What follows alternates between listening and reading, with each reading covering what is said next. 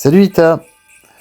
Aujourd'hui on va se retrouver pour utiliser nos 2 blancs d'œufs qu'on n'avait pas utilisés pour les sablés au fromage. Donc on commence par 30 g de farine dans un cul de poule. On va y ajouter 75 g de sucre. On rajoute 40 g de poudre d'amande, 50 g de beurre fondu. Voilà. Nos fameux 2 blancs d'œufs qu'on avait laissés de côté.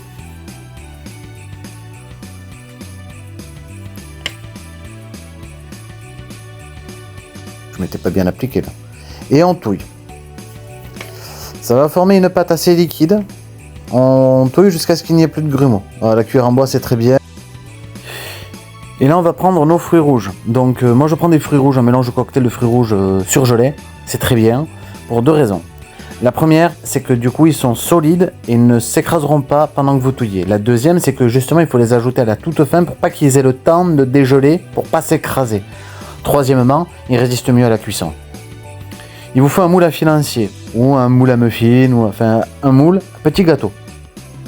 Et c'est là que ça devient très drôle. N'ayant pas de poche à douille ce jour-là, évidemment, j'avais complètement oublié, j'ai dû utiliser la méthode dite bourrine. Donc, c'est la méthode du barbare. Donc, on verse tout d'un coup, et après, avec la maryse, on va s'amuser à compléter les trous. Oui, voilà. On va appeler ça comme ça. Donc là, je galère à tout verser. Voilà. Et donc là, on recommence avec la maryse. Donc, c'est ce que j'expliquais. On va devoir répartir. Il faut qu'il y ait à peu près le 3/4.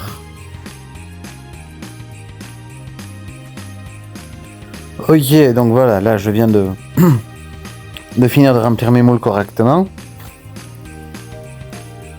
On va pouvoir passer à la cuisson. Et donc là on va pouvoir passer à la cuisson. Donc le four à 200 degrés et 15 minutes de cuisson. Voilà, quand ça sort du four, ça ressemble à ça. On attend un petit peu pour les démouler, qu'ils soient bien froids. Et les voici une fois démoulés. Bonne dégustation!